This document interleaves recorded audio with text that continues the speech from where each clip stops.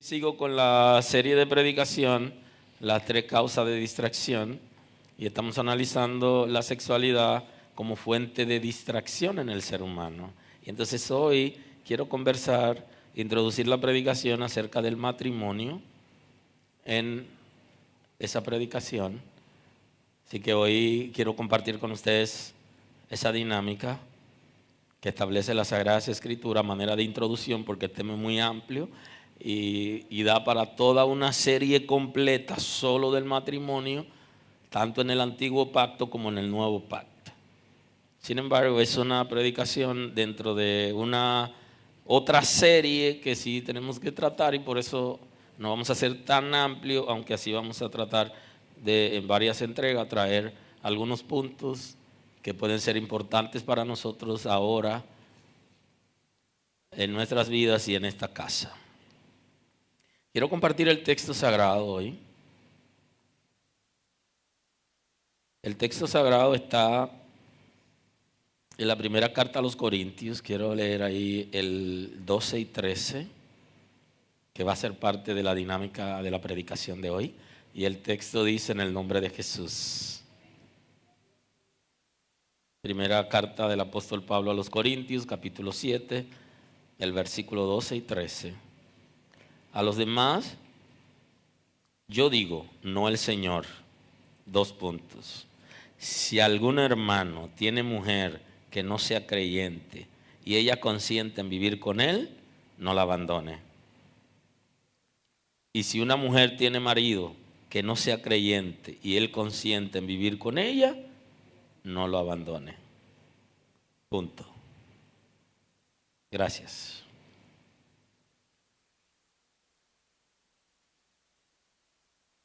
Entonces ya sabemos lo que es el matrimonio en términos general. Ahora, en términos prácticos, les digo hoy que el matrimonio es la unión entre un hombre y una mujer. Ese es el concepto bíblico del matrimonio.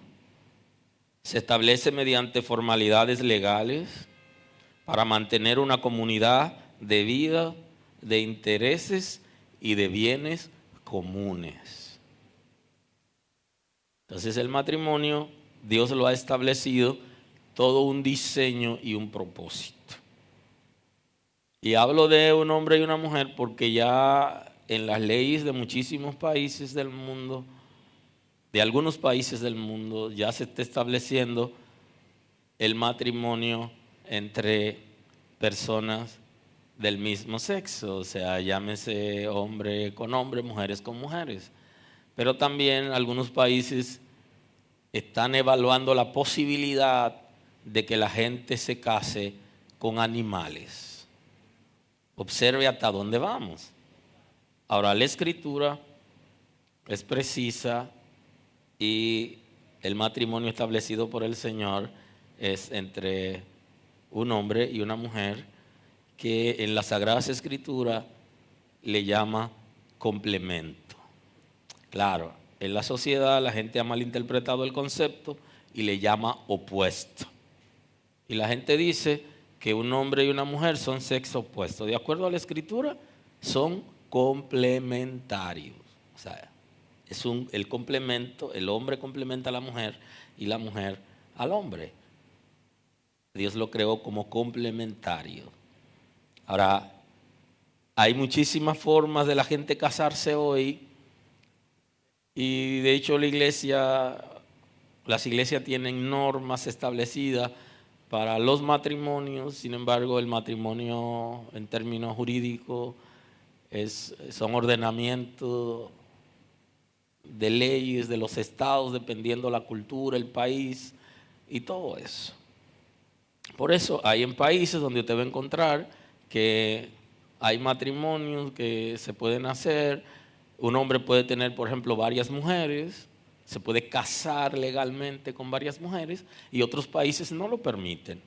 Ahora, la Sagrada Escritura en el Antiguo Pacto sí permitía el matrimonio de un hombre que podía casarse con varias mujeres simultáneamente, pero ya en el Nuevo Pacto se reguló.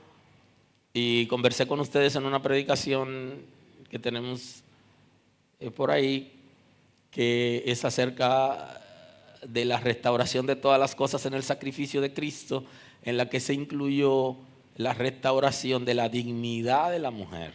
Y entonces ya en el nuevo pacto, que se hace por la sangre de Cristo y es una nueva oportunidad para tener una relación con Dios, ya las normativas desde el punto de vista de la Escritura viene a regular la dignidad de la mujer y ya establece igualdades de oportunidades. Y en la dignidad son diferentes, tienen diferentes roles, pero delante del Señor son iguales en dignidades, tanto el varón como la hembra.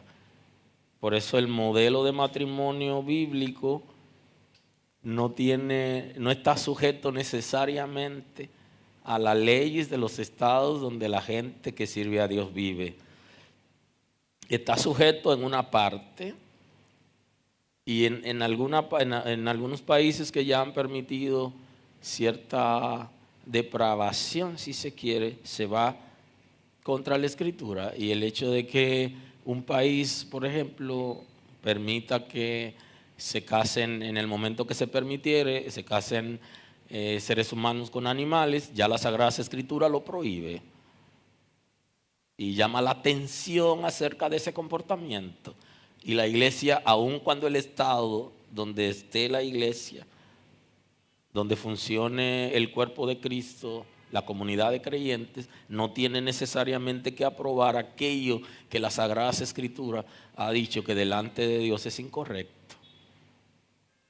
Ahora, si el matrimonio conforme al diseño de Dios debe hacerse de acuerdo a los parámetros legales establecidos en la nación donde estamos.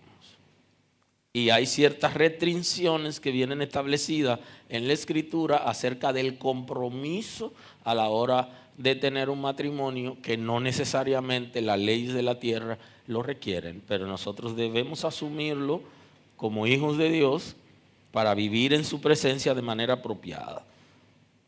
Y hay que ver aquí el concepto que cuando nosotros hacemos aquello que Dios ha dicho que es incorrecto, eso genera pecado. Y el pecado no solo es una prohibición de Dios, sino que me afecta a mí como ser humano, afecta mi relación con Dios, quita mi paz, pero también afecta la relación mía con las otras personas, con mi familia, afecta en la sociedad, afecta mi relación con Dios, afecta la atmósfera interior mía y afecta también la relación con otros seres humanos.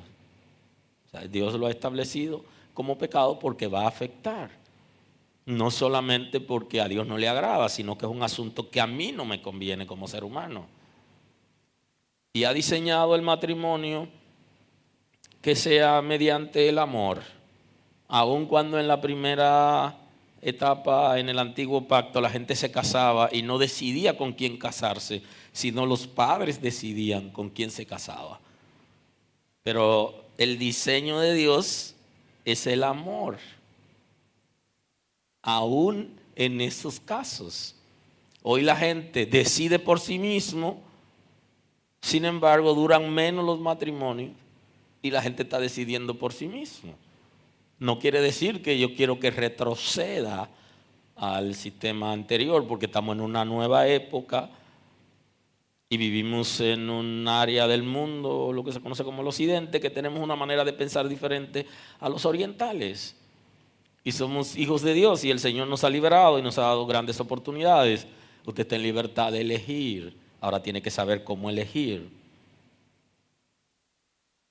y poder tener una relación de matrimonio donde las cosas estén en común, como establece las normas jurídicas y también las Sagradas Escrituras.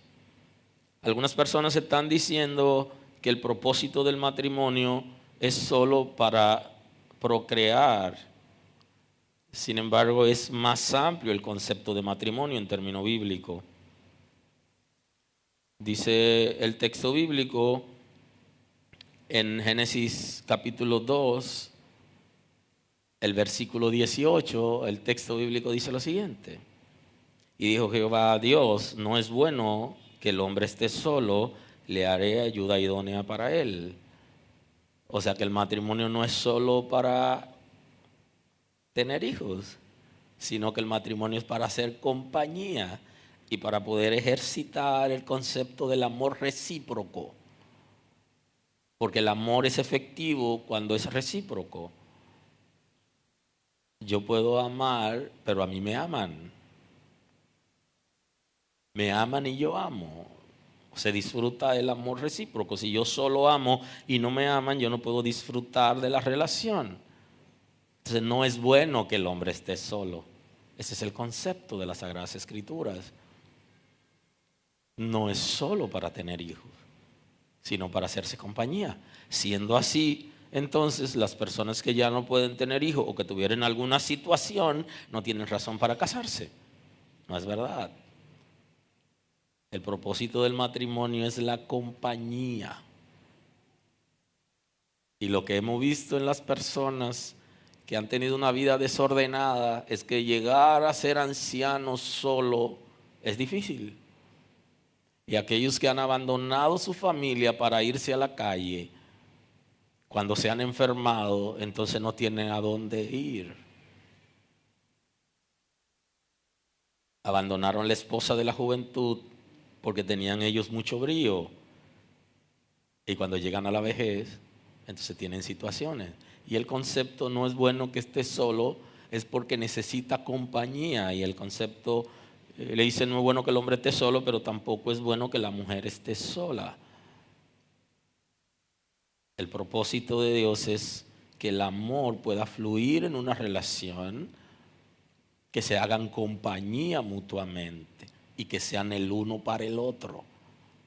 Claro, dentro del mismo texto sagrado, en el capítulo 1, el versículo 27, el texto bíblico está diciendo, y creó Dios al hombre a su imagen, a imagen de Dios lo creó, varón y hembra los creó.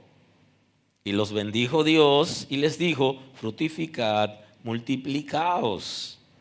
Aquí le dice que debían multiplicarse, que debían dar frutos y multiplicarse. Y dice que llene la tierra y sojúzguenla, administrenla y señoreen en los peces del mar y en las aves de los cielos y en todas las bestias que se mueven sobre la tierra. Así que no es solo para tener hijos.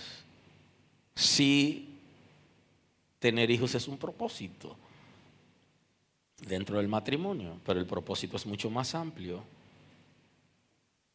Porque si fuera así, después que usted tiene sus hijos, entonces usted abandonaría la mamá de sus hijos, como hacen muchos, inclusive creyentes. Abandonan no solo a la esposa, sino que abandonan los hijos y nunca más suplen necesidades ni apoyan a la familia.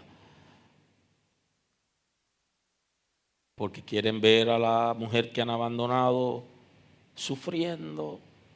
Y una manera de hacerla sufrir es no apoyarla económicamente. Y entonces terminan abandonándola. Y otros aún viven dentro de la casa, pero no asumen responsabilidades ni en la crianza de los hijos, sino que son padres ausentes o, en su defecto, no trabajan ni asumen ninguna responsabilidad para sostener su familia.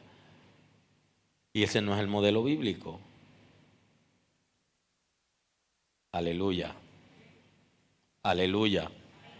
Por eso nuestros jóvenes, antes de casarse, deben estar en capacidad de sostener una familia. Y aunque es bueno que los padres apoyen a los hijos cuando se van a casar, pero no deberían mantenerlo cuando están casados, porque es un compromiso de ellos. Y así también le da la libertad para que ellos tengan su propio espacio. Hay un concepto muy interesante acerca de la libertad que hay para la gente elegir parejas. Y es un punto muy importante porque viene desde el antiguo pacto, y en el nuevo pacto los creyentes deben elegir parejas que también sean creyentes. Eso es lo que establece la Escritura, porque eligiendo una persona que sea creyente, que comparta la fe, tengan una fe en común, y hablo de Cristo, la vida se hace mucho más ligera y más interesante.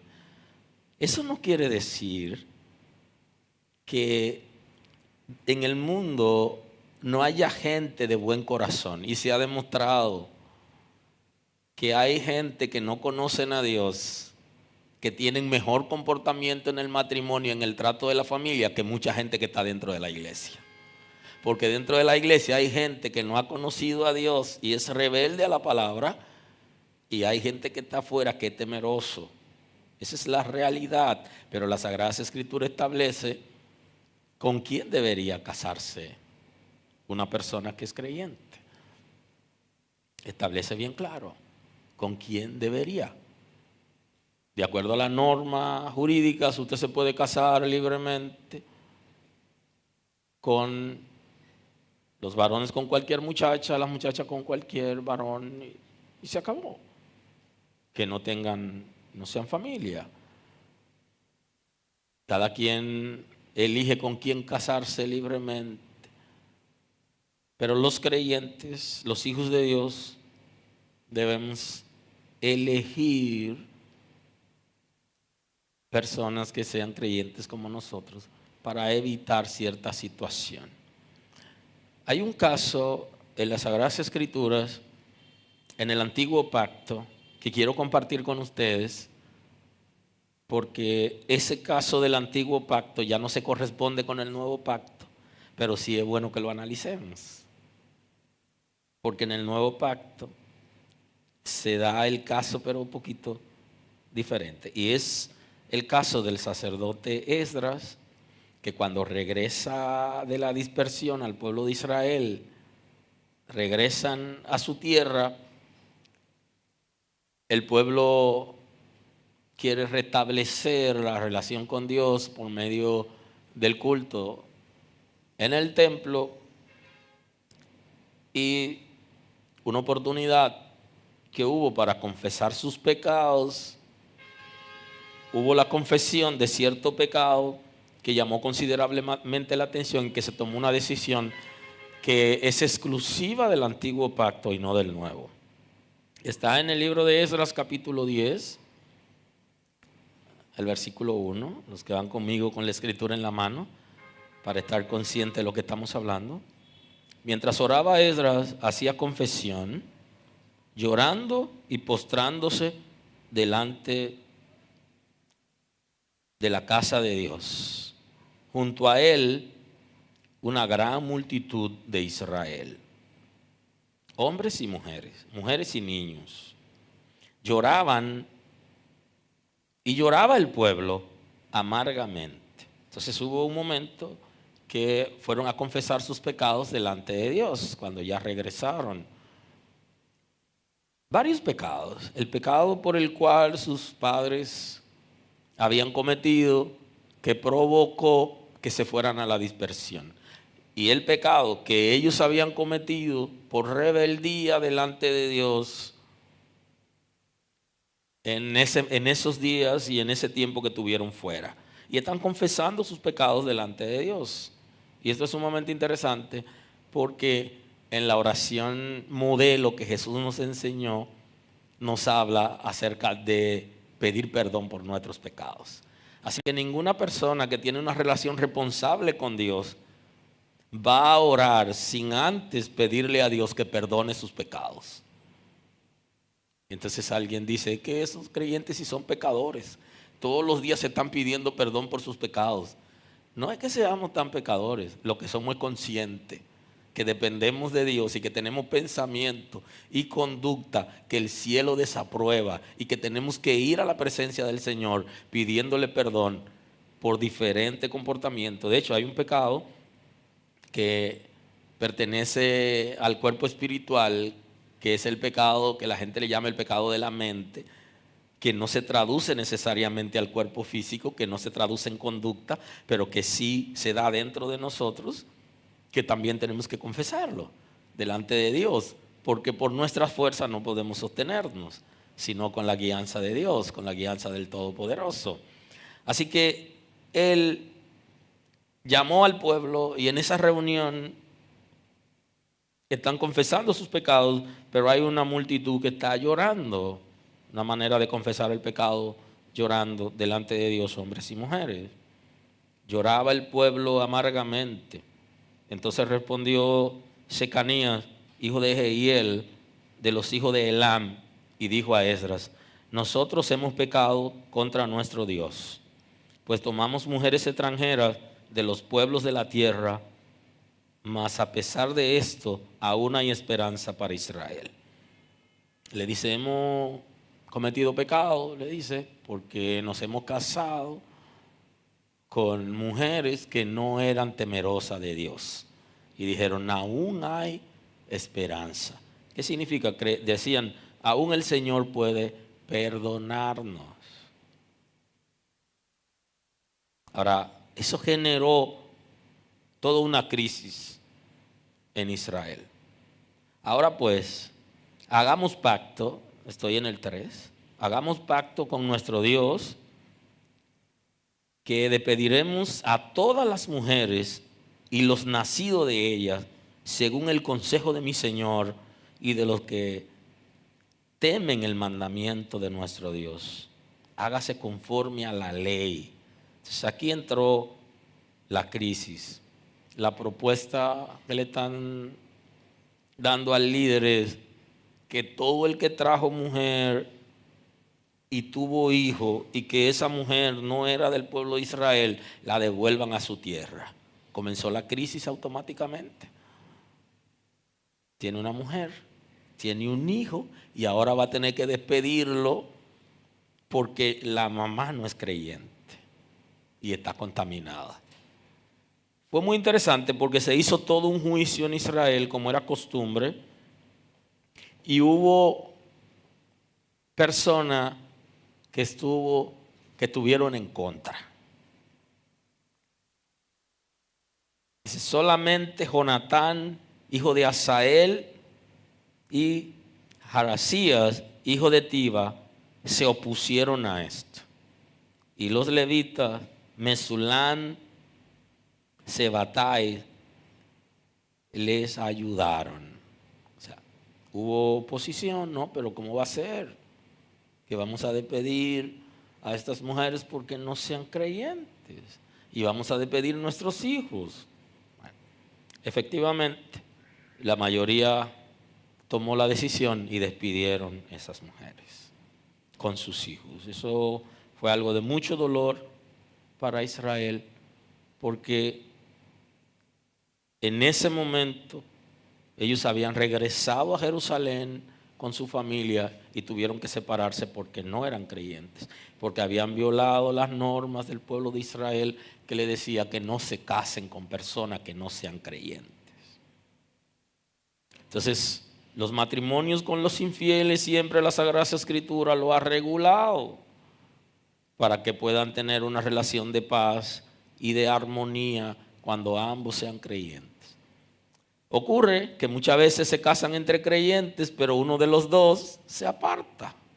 ¿Qué cosa, O se casan como creyentes y los dos se apartan, pero a veces uno de los dos.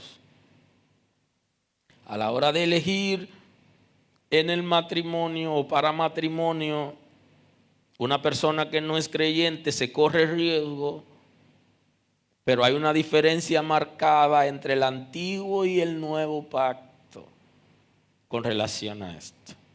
En el nuevo pacto, que es el que estamos viviendo a partir del sacrificio de Cristo, la Sagrada Escritura no manda a hacer lo mismo. No manda a hacer lo mismo.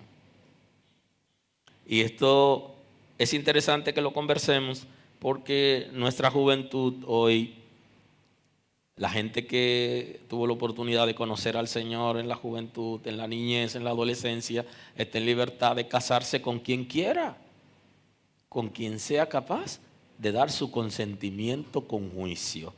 Ahora, la Escritura le enseña que debe elegir una pareja que sea creyente para que sus hijos puedan ser formados en la palabra, en el conocimiento de Dios y que no haya situaciones. Pero tenemos varios casos.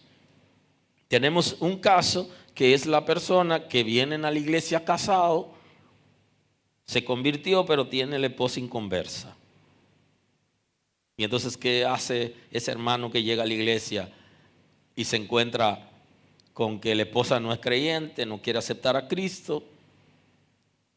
Y dice, bueno, pero ella es inconversa. Yo debo dejar a esa mujer y casarme con una de estas muchachas. Qué interesante, porque el matrimonio en la gracia no se invalida por el hecho de que usted reciba a Cristo o no. Y tenemos el segundo caso, que es el caso de una persona que viene a la iglesia, pero llega a la iglesia ya comprometido y aceptó a Cristo. La iglesia no le puede decir, no, tú tienes que dejar a ese hombre, porque ella conoció o él conoció a Cristo en una relación de matrimonio. Entonces, ¿qué sería lo recomendable? Que sigan su relación normal, que se casen y que echen hacia adelante. Aun cuando la iglesia le diga los riesgos que es casarse con una persona que no es creyente, porque llegó a la iglesia con ese compromiso. Igual que el que llegó a la iglesia en una relación, sea una relación ya de matrimonio o sea una relación libre, una unión libre, que ya las uniones libres en la República Dominicana se ha establecido precedente jurídico y muchas de esas relaciones tienen peso de matrimonio. Pero está en unión libre, no está casado, con documentos que digan que están bajo matrimonio, pero no está en libertad necesariamente porque conoció a Cristo de abandonar su familia, dejar a su mujer, ya no quiero nada con ella porque ella es inconversa, o dejar la mujer abandonar al marido. No es el concepto bíblico. No lo es. El concepto bíblico que leímos al principio, ahí lo establece el apóstol Pablo, que está estableciendo nuevos paradigmas para el nuevo pacto. En Primera de Corintios, si son amables y van siguiendo la predicación de hoy con el texto sagrado en la mano, entonces leemos de nuevo el texto que ya leímos en el principio. Y a los demás digo yo, no el Señor. Es una expresión del apóstol Pablo para referirse a las cosas que ya Cristo había enseñado y que estaban establecidas como normas por Cristo. Y cuando lo que él estaba diciendo, Cristo no lo había enseñado, él dice, no lo dijo Cristo, lo estoy diciendo yo con la autoridad apostólica. Yo estoy enseñando eso. Y no quiere decir que esa parte no sea inspirada. Sí es inspirada, pero él está haciendo una diferencia entre lo que ya Cristo dijo y lo que Cristo no dijo, que él está enseñando, que es bueno y válido a partir de ese momento. Y él entonces dice, y a lo demás, yo digo, no el Señor, si algún hermano tiene mujer que no sea creyente y ella consiente en vivir con él, no la abandone. Él le dice, si tiene una relación de matrimonio y tu pareja no es creyente, no la abandone. Esa es tu mujer. Esa es tu esposa, ese es tu esposo. Y por el hecho de que tú seas creyente no debes abandonarla. Y ahora retrocedemos un poco. Porque si uno de nuestros jóvenes o de nuestras jóvenes decide ir al mundo a buscar un compañero o una compañera para casarse, está en libertad de hacerlo de acuerdo a las leyes. Ahora el Señor ha dicho que no es correcto y que eso le va a afectar y que va a traer consecuencias graves para esa persona. Pero después que se casó, ya no debe abandonarlo, aun cuando sea inconverso, porque ya el matrimonio vino establecido mediante un pacto y ya él o ella hizo ese pacto, tiene un compromiso con esa persona. Y ahora no va a decir, bueno, como ella es inconversa y no quiso aceptar al Señor, ahora yo estoy en libertad para abandonarla. No es lo que dice el texto bíblico. No la abandone. Ahora, ¿qué hace la iglesia cuando un muchacho o una muchacha se casa con un inconverso? Hay lo que se conoce en la Escritura como la disciplina eclesiástica, que son normas establecidas en las congregaciones a partir de las Sagradas Escrituras para las personas que cometen algún tipo de pecado, que son privados de cierto compromiso o dinamismo dentro de la congregación. Y ojo con eso, porque debe ser por un tiempo, no puede ser eternamente y para siempre. Pablo dice, cuando escribe en la segunda carta a los tesalonicenses, y tienen que ir al texto sagrado para que puedan estar conscientes y seguros de lo que establece la Escritura.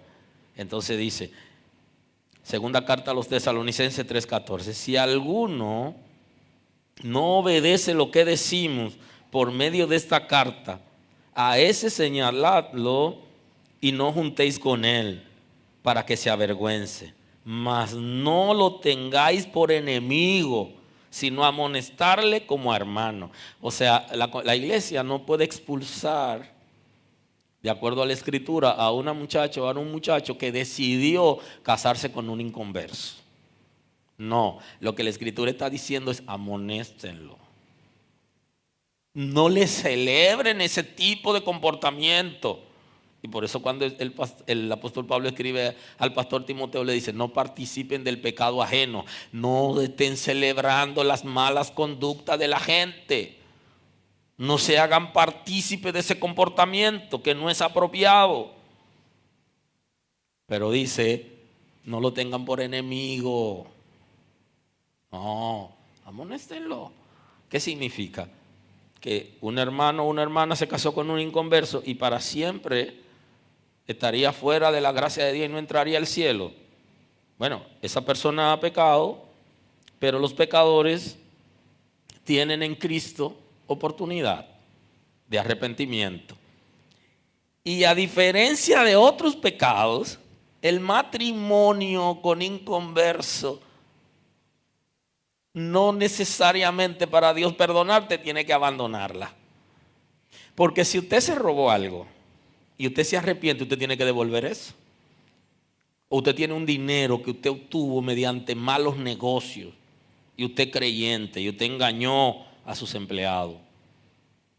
O usted se involucró en lavado de activos. O usted estuvo involucrado con alguien que vende sustancia prohibida, o fármacos o cualquier cosa, y usted se arrepiente, usted tiene que devolver ese dinero, porque si usted no lo hace, entonces usted no se está arrepintiendo. Pero en el matrimonio, después que usted se casó, ya usted no puede devolver a su mujer ni a su marido. Para que Dios me perdone, la voy a tener que dejar. Espérese, que en ese caso ya usted tiene que fajarse ahí. Y entonces el texto bíblico dice en Proverbios 22:13, dice, el que encubre sus pecados no prosperará, mas el que lo confiesa y se aparta alcanza misericordia. Y yo le digo en este día, excepto para el que se casó con una inconversa o no un inconverso.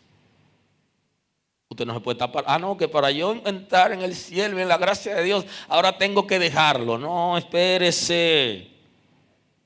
Usted tiene que aprender la lección ahora que usted mismo, usted misma se buscó y tiene que ser responsable y no venga a soltar la carga antes de tiempo.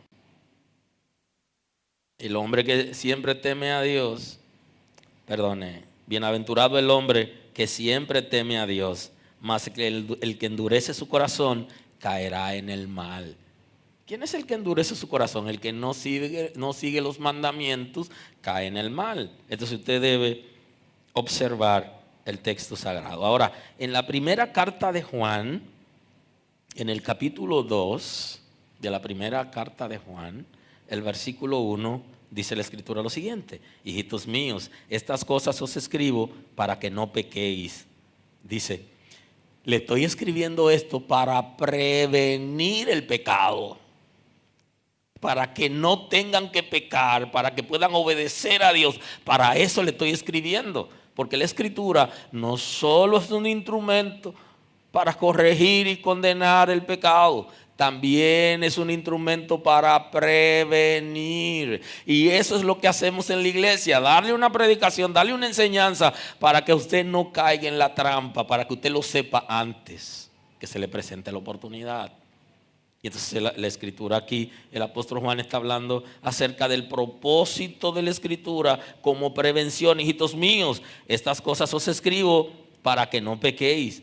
Si alguno hubiera pecado, abogado tenemos para con el Padre, a Jesucristo el justo. Entonces, si alguno ha pecado, ¿a quién tiene? A Cristo para que lo perdone, que es su abogado. Entonces, si usted ha pecado, cualquiera que fuere, o usted se casó con una inconversa o con un inconverso, violando los principios que hemos mencionado, entonces Dios lo perdona. Dios la perdona. ¿Por qué? Porque dice el texto sagrado que si alguno ha pecado, abogado tienen para con el Padre. ¿Qué está diciendo la Escritura? Tienen un paracleto, tienen un defensor asistente, porque no solo es el abogado que trabaja para el Estado, conocido como el abogado del pueblo, que hace lo posible para defenderlo. Por ese abogado no lo buscó usted, ni tampoco representa sus intereses. Pero este que está aquí, no, este es un abogado que representa sus intereses cuando usted tiene un corazón contrito y humillado delante de Dios. Y cual fuere su pecado, va a ser perdonado, dice la Escritura. Entonces es para siempre. Se casó con una inconversa y ya nunca más podrá ejercer ministerio, ya nunca más podrá participar en la iglesia. Ese no es el contexto sagrado. Lo que está planteando la Escritura es otra cosa. ¿Okay? Ya usted se casó, usted tiene que asumir su responsabilidad, usted no tiene que abandonar su relación para que Dios lo perdone, sino que usted debe someterse a los procesos que la iglesia como institución establezca, porque usted ha violado uno de los principios, pero usted se va a restaurar, porque Cristo va a perdonarlo, va a perdonarla, y usted va a volver a integrarse, y para eso no tiene que abandonar su relación de pareja, porque el texto está diciendo otra cosa. Y entonces aquí volvemos al texto de primera carta de Corintios, la primera carta a los Corintios 7:12. Y a los demás yo digo, no el Señor: si algún hermano tiene mujer que no sea creyente y ella consiente en vivir con él, no la abandone. Es inconversa, no es creyente. Tu mujer o tu esposo, no lo abandone si quiere vivir contigo. Y si una mujer tiene marido que no sea creyente y él consiente en vivir con ella, no la abandone. No abandone tu pareja, no abandone tu matrimonio por el hecho de que tu pareja no sea creyente. Eso es lo que está diciendo la Escritura. Y la gente se pueden convertir a la fuerza.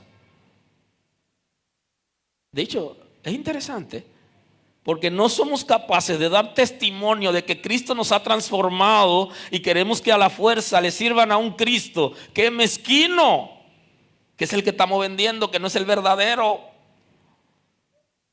La verdad es que nosotros tenemos que dar testimonio a la pareja de que Cristo nos ha transformado y convencerlo sin palabra, establece el texto, sino con nuestro comportamiento.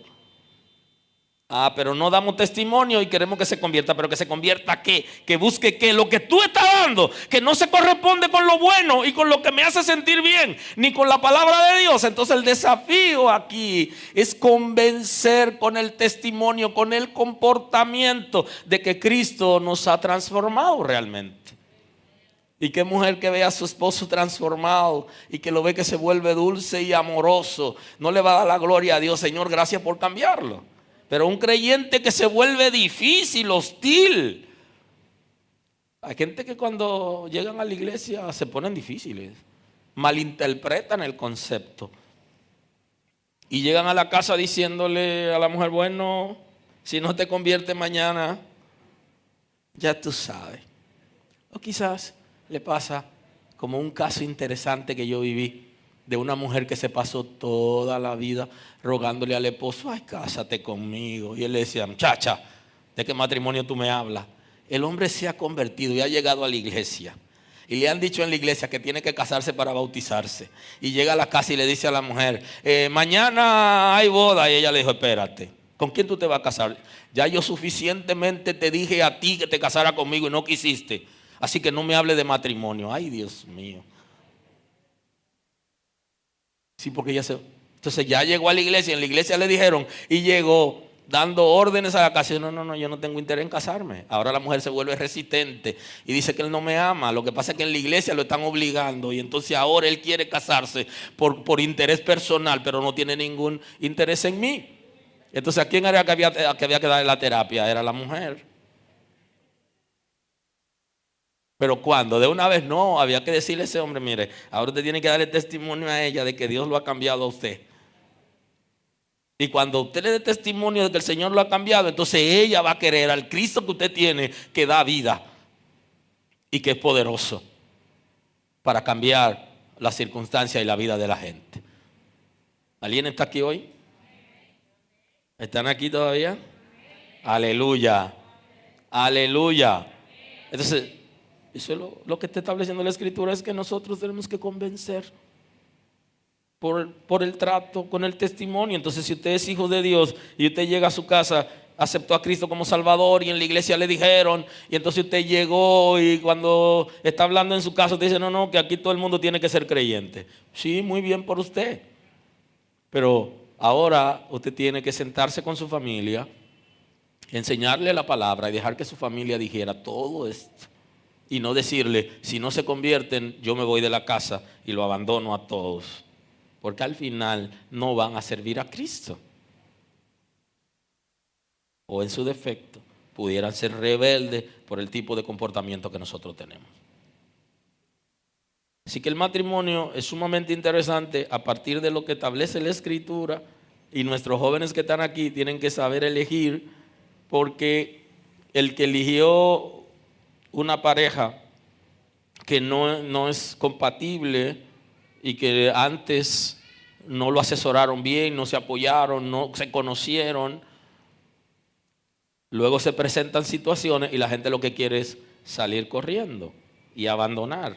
Y entonces dice: no, pero la palabra de Dios lo aprueba porque ella no es creyente y ya esa no es mujer para mí porque no es creyente. No, porque cuando usted vino al Señor, o estando en el Señor, usted eligió, usted tiene que asumir su compromiso. Y la relación de matrimonio es una relación de amor. El propósito primario es el amor. Luego se tienen hijos, pero en un principio la necesidad que tiene el ser humano de estar acompañado, de amar y de ser amado, que Dios nos ha creado con esa facultad como seres humanos. Los atributos de Dios están como eco reflejo de su naturaleza en nosotros.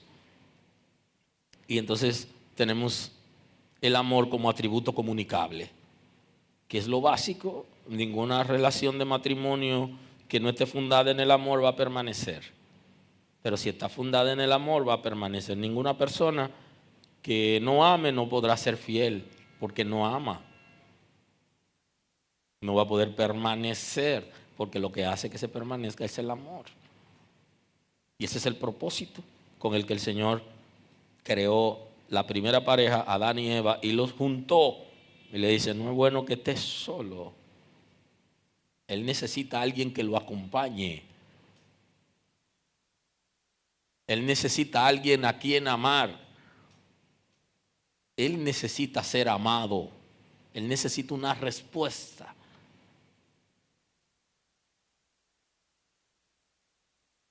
Y entonces ahí vienen luego los hijos que vienen a acompañar toda una relación de amor y un proceso disciplinario para llevar a esos muchachos a tener un modelo de matrimonio igual que el de los padres.